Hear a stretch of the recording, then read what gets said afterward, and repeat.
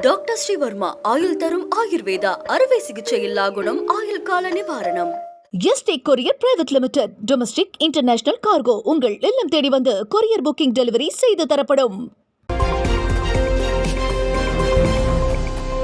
நகை கடன்களுக்கான கட்டுப்பாடுகளை தளர்த்த ரிசர்வ் வங்கிக்கு மத்திய அரசு அறிவுறுத்தியதற்கு முதலமைச்சர் மு.க.ஸ்டாலின் வரவேற்பு தெரிவித்திருக்கிறார். இது தொடர்பாக முதலமைச்சர் தனது எக்ஸ் பக்கத்தில் பதிவிட்டுள்ளார். ஆர்பிஐயின் தங்க கடன்கள் தொடர்பான வரைவு வழிகாட்டுதல்கள் தொடர்பாக மத்திய நிதியமைச்சருக்கு தான் எழுதிய கடிதம் மீது எடுக்கப்பட்டுள்ள நடவடிக்கை பலன் அளித்திருப்பதாக முதலமைச்சர் குறிப்பிட்டுள்ளார். விவசாயிகள் மற்றும் தினசரி வருமானம் ஈட்டுபவர்கள் போன்ற சிறிய கடன் வாங்குபவர்களின் நலன்களை பாதுகாப்பதும் சரியான நேரத்தில் மற்றும் அணுகக்கூடிய கடன் கிடைப்பதை உறுதி செய்வதும் தனது நிலையான கோரிக்கையாக இருந்து வருகிறது. எனவே இந்த பிரச்சனையில் கொடுக்கப்பட்ட நேர்மறையான பரிசீலனையை பாராட்டுகையில் ஏழைகள் மீது குறிப்பிடத்தக்க தாக்கத்தை ஏற்படுத்தும் இத்தகைய கொள்கைகள் மாநிலங்களுடன் முன்கூட்டியே கலந்து ஆலோசித்த பிறகே எட்டப்பட வேண்டும் என்பதை வலியுறுத்துவதாக முதலமைச்சர் குறிப்பிட்டுள்ளார். ஜூன் 2ஆம் தேதி பள்ளிகள் திறக்கப்படும் நிலையில் பேருந்துகளில் பயணிக்க மாணவர்கள் பழைய பஸ் பாஸை பயன்படுத்தலாம் என அமைச்சர் சிவசங்கர் தெரிவித்திருக்கிறார்.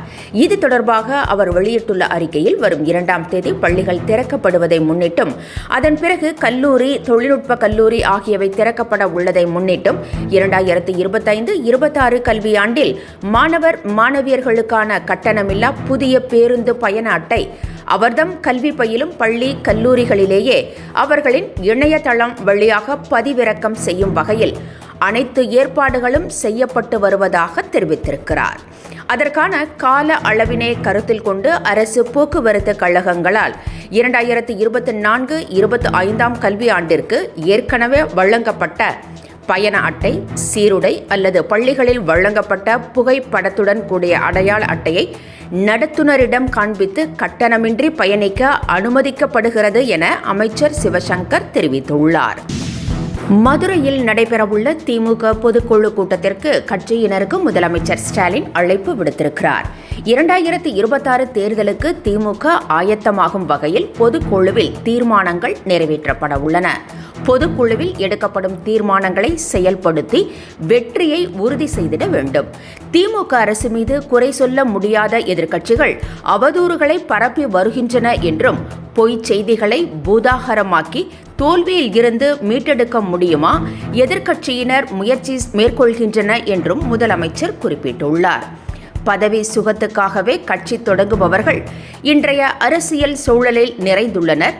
ஆனால் சிறைவாசத்தை சிரித்த முகத்துடன் ஏற்று நெருக்கடி நெருப்பாற்றில் எதிர்நீச்சல் போட்ட வெற்றி இயக்கம் திமுக என்பதை நினைவில் வையுங்கள் என முதலமைச்சர் ஸ்டாலின் கூறியிருக்கிறார். சென்னை தீவுத்திடலில் மீன் வளம் மற்றும் மீனவர் நலத்துறை சார்பில் தமிழ்நாடு மீன் உணவு திருவிழா 2025 துணை முதலமைச்சர் உதயநிதி ஸ்டாலின் திறந்து வைத்து பார்வையிட்டார். நேற்று முதல் 3 நாட்கள் திருவிழா நடைபெறும். மீனவர்களின் முன்னேற்றத்திற்காக தமிழக அரசு ஏராளமான வளர்ச்சி திட்டப் பணிகளை மேற்கொண்டு வருகிறது. அதன் ஒரு பகுதியாக பொதுமக்கள் மீன் உணவு வகைகள் குறித்து விரிவாக அறிந்து கொள்ள சென்னை தீவுத்திடலில் தமிழ்நாடு மீன் உணவு திருவிழா 2025 நடத்தப்படுகிறது.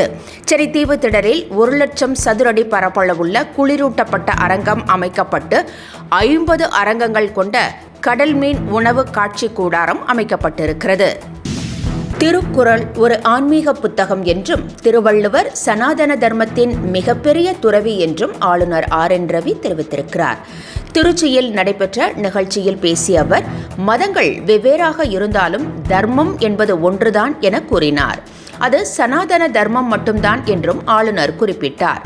திருக்குறளில் முக்கியம் பற்றி பேசவில்லை என்று கூறி ஆன்மீகத்திலிருந்து அந்த நூலை சிலர் பிரிக்க பார்ப்பதாகவும் ஆளுநர் விமர்சித்தார். நாடு முழுவதும் 1828 பேருக்கு கொரோனா பாதிப்பு ஏற்பட்டுள்ளதாக மத்திய சுகாதாரத்துறை தெரிவித்திருக்கிறது. இது தொடர்பாக வெளியிடப்பட்டுள்ள அறிக்கையில் மகாராஷ்டிராவில் மட்டும் கொரோனாவிற்கு 6 பேர் உயிரிழந்ததாக தெரிவிக்கப்பட்டுள்ளது. மகாராஷ்டிரா, கேரளா, தமிழ்நாடு, கர்நாடகா, பஞ்சாப், குஜராத், டெல்லி மாநிலங்களில் புதிய வகை கொரோனா பரவி வரும் நிலையில் அதனால் அச்சப்பட தேவையில்லை என்றும் பொது கட்டுப்பாடு விதிக்க வேண்டிய அவசியம் இல்லை என்றும் மத்திய அரசு தெரிவித்திருக்கிறது. ராமதாஸ் அன்புமணி இடையே ஏற்பட்டுள்ள உச்சகட்ட மோதலால் பாமக இரண்டாக உடைந்திருக்கிறது.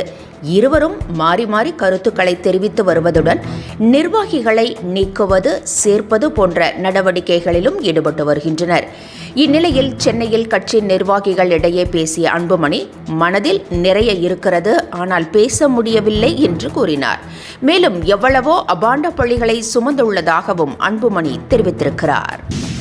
மாநிலங்களவை உறுப்பினர் பதவியை கூட்டணி கட்சிகளுக்கு ஒதுக்கக்கூடாது என இபிஎஸ்ஸிடம் அதிமுக நிர்வாகிகள் முறையிட்டுள்ளதாக தகவல் வெளியாகியுள்ளது. தமிழகத்தில் காலியாகும் 6 மாநிலங்களவை இடங்களுக்கு ஜூன் மாதம் 19ஆம் தேதி தேர்தல் நடைபெறுகிறது. இதில் அதிமுகவுக்கு 2 இடங்கள் கிடைக்கும். எனவே வேட்பாளர் தேர்வில் இபிஎஸ் தீவிரமாக ஈடுபட்டார். கடந்த 2 நாட்களாக பல்வேறு மாவட்ட நிர்வாகிகளுடன் அவர் ஆலோசனை நடத்தினார். கூட்டணி கட்சிகளுக்கு மாநிலங்களவை இடம் ஒதுக்கக்கூடாது என்றும் அதிமுக நிர்வாகிகள் இபிஎஸ்ஸிடம் வலியுறுத்தியதாக தெரிகிறது. மேலும் தாவேகா மற்றும் விஜயை விமர்சிக்க அதிமுகவினருக்கு இபிஎஸ் தடை விதித்ததாகவும் கூறப்படுகிறது. டாக்டர் ஸ்ரீவர்மா ஆயுள் தரும் ஆயுர்வேதா அறுவை சிகிச்சை இல்லா குணம், ஆயுள் கால நிவாரணம்.